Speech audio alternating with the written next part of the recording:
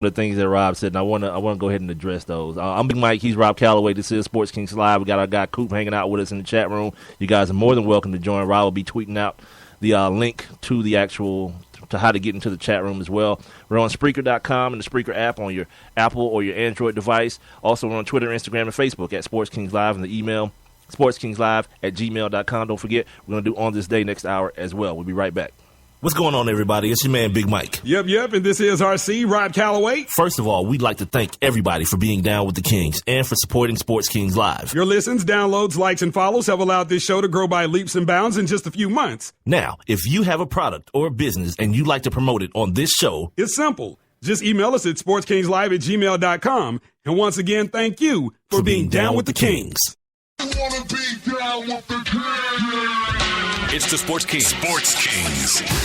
He might fall off the wagon in the next 10 minutes. And Rob Calloway. It's about bringing talent. It's not about all the flash and glitz and glam. Not your average sports talk show. The Sports Kings. This is NFL legend, work done. This your boy D. Howard, a.k.a. Superman. I'm Jerome Bettis, the bus. It's Cam Newton. Holla at your boy already. This is Hank Aaron, and I'm down with the Kings. Tell a friend, Kings is back. 1 hour down, 1 to go, right here on Sports Kings Live with Big Mike and Rob Calloway. Don't forget, we're being heard via Spreaker.com. Oh, by the way, Hump Day. Damn right, it is Hump Day as we get you over the hump. Being heard via Spreaker.com and on the Spreaker app via your Apple or your iPhone or your Android device, we're also on Twitter, Instagram, and Facebook, so you guys give us a follow and a like as my guy Rob Calloway continues to tweet out the link to the chat room in which you guys can join like our guy Coop has and be a part of the conversation. We're also on the email, sportskingslive@gmail.com. Now, before we got out of the last hour into this hour, I just, I asked Rob the question very organically, and that's the way I wanted to do it. I wanted to just hit him with it and not really set it up. I guess Rick Bucher, he wrote an article, and he talked to guys like Steve Nash and Rick Bucher. I mean, not Rick Bucher, Dana Barrows, and I think Dale Ellis was a part of it as well. A couple of the sharpshooter, Chuck Persons, the riflemen, were involved in the piece. And he asked the question, is Steph Curry the best shooter in the history of the game?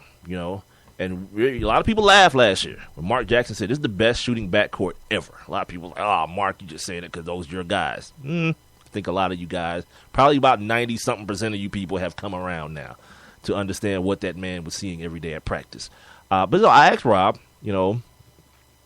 what his thoughts were, and he gave a pretty decent argument. He gave pretty much the argument that a lot of the guys that were interviewed for the piece gave as well. Like, no one said no, but people were just like, I think Steve Nash was like, maybe, but I don't want to be disrespectful to anybody else. And other guys were they gave the time argument like it hasn't been enough time. Here's the thing for me. And I guess you can look at this thing and you can wrap it under a couple of different bows. For me, time is not a factor. Like the dude gets buckets, and it's not even the fact that he gets buckets. You talked about guys like Craig Hodges and guys like Steve Kerr and these dudes that were just stand-up shooters. It's the fashion in which he gets buckets. No one. Right, and that's what I said. He has the ball. No one that I've ever seen. Not only the fact that he has the ball, not just that, the fact on how he gets his shot. It's not a situation where it's like off the pick and roll or all the time. That dude creates, and he creates from the three. That's the weirdest part about it. We've never, ever. I'm 38 years old. I've never seen that. I've never seen a dude consistently be a creator. Like it's like if Isaiah Thomas could shoot the three as well as Steph Curry. It's like that. A dude or like Tim Hardaway, a dude with those type of handles, or guys like Kenny Anderson. Like dudes who have the ball on a string, but can still rise up and just pull a three out the ass at any time possible. Yeah, if we're going and we're gonna judge it on those terms, I'm gonna say yes. You know what I mean? And I understand what you're saying, that there were a bunch of guys who were knockdown shooters. Guys like Larry Bird was a knockdown shooter. Guys like Dale Ellis. Guys like Reggie Miller. Guys like Ray Allen. These guys are knockdown shooters. By no means am I discrediting them, but the manner in which, this is the reason I call this dude the human mixtape, Because it's just like these young boys be making these YouTube mixtapes of them dunking on cats and freaking dudes and crossing over dudes. Yeah, he does all that stuff, but he does it against NBA talent. He makes dudes look silly, man. That move he did, what was that against? Was that against the Clippers or Sacramento? Who was that against? He went through like four of them and just turned around like he just threw it up. Yeah, the Clippers, the Chris Paul situation. That whole crossover, that wasn't a three, but still the playoff game, the 20-point comeback against the Pelicans, where Anthony Davis tackled this boy, literally. You're right at the end, right? Tackled him into the crowd, and he buried a game winner. Yeah, I'm the furthest thing from a hyperbolic person. I don't really do the whole best ever. As much as because you hear that so much in the world of sports now, everything that we see now is like the best ever. My point with Steph Curry is that I've just never seen it before, ever. You know what I mean? Yeah, and that's what I said that I've seen, and that's what I was saying when I was like, as far as what I've seen, it's hard to argue. Yeah, it's very hard to argue. I mean, with some of the stuff that you've seen from Steph Curry, I mean, like, dude, we've seen Steph Curry basically rebound off a self-boo-boo. Like dribble the ball off his foot.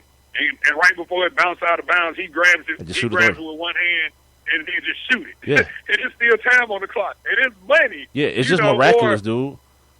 Or you see him, wide open and get ready to spot up for a three, and everybody in the Oracle is already standing up with their hands up with the "it's good" sign, with the 3-point sign, because they already know, like, he's wide open. So, I mean, it's very rare what we're seeing right now, and I mean, and it's I'm enjoying it.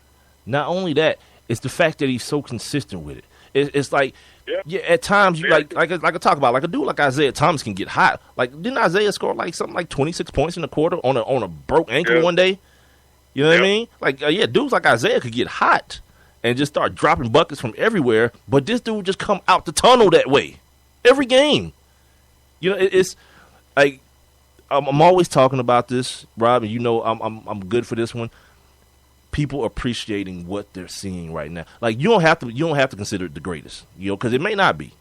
People may be a lot more versed in basketball than I am, and can start talking. Like, I heard someone talking about Pistol Pete.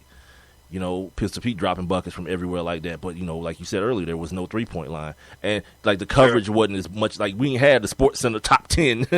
Well, not we. I wasn't alive. But people didn't have the Sports Center top 10 back in those days either.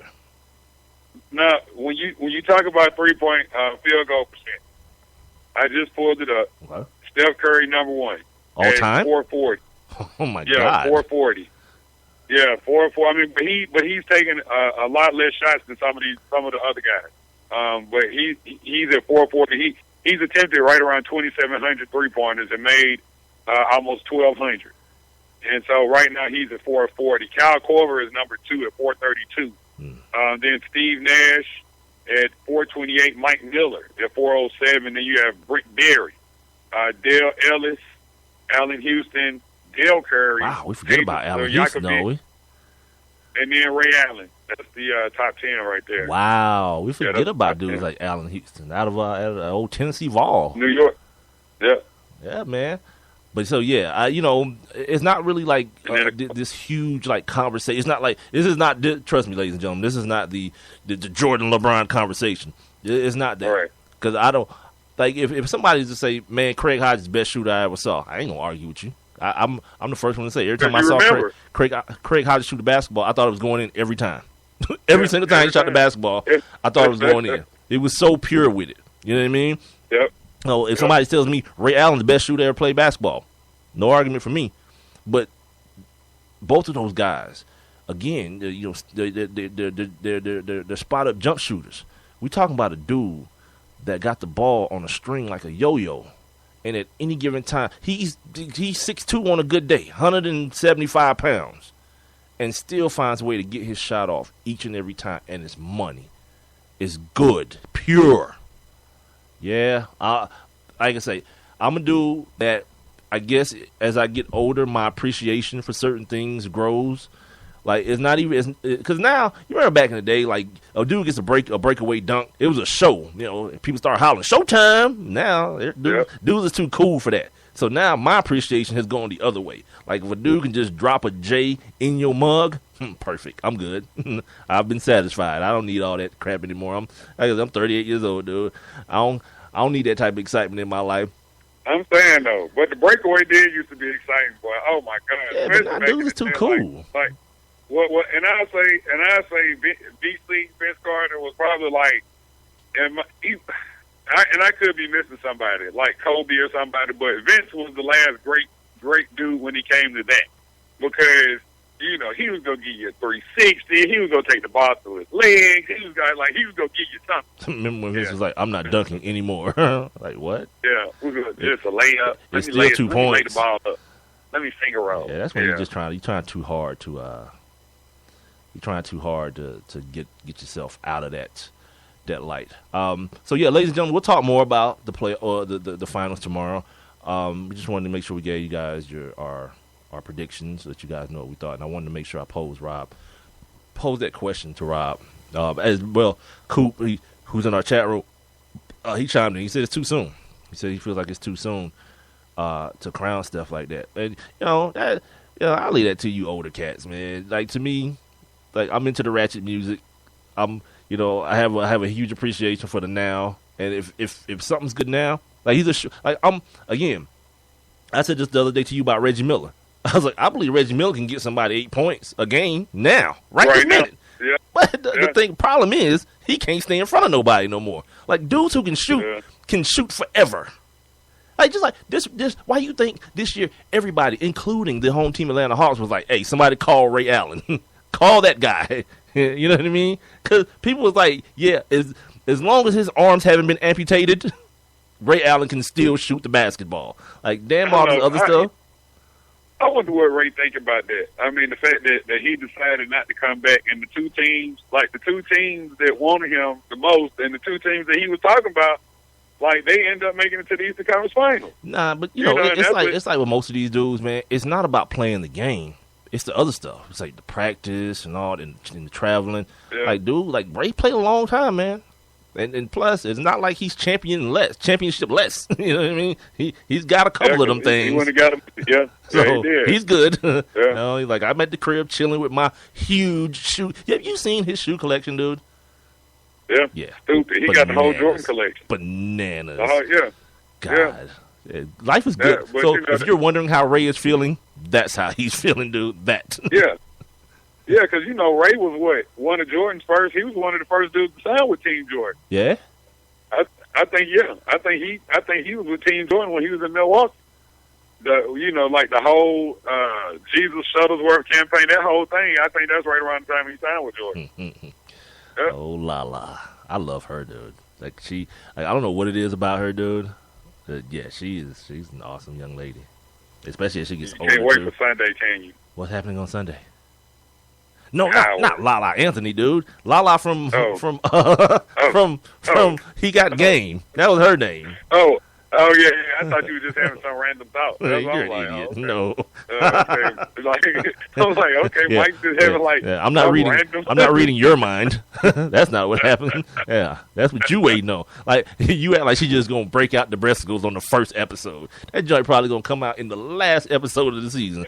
Oh my God! Have you idiots watching? Like I can't wait.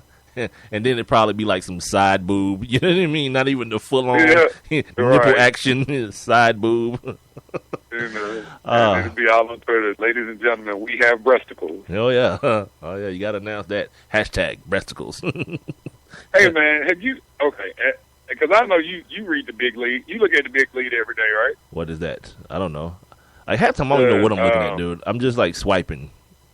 Like Tinder. Oh, okay. The USA Today. It's the USA Today sports site. But it was a story up there about Osi Umenyora. Have you heard about this whole thing? Like the scoring lover. Can't believe you're making me wait on this day to talk about Osi Umenyora's wifey or whatever she is. Ugh. No. So Osi got married last Friday. Okay, so congratulations to Osi. He married a beautiful young lady. Do you know, or you don't know, some guy mad that, he, created a social media page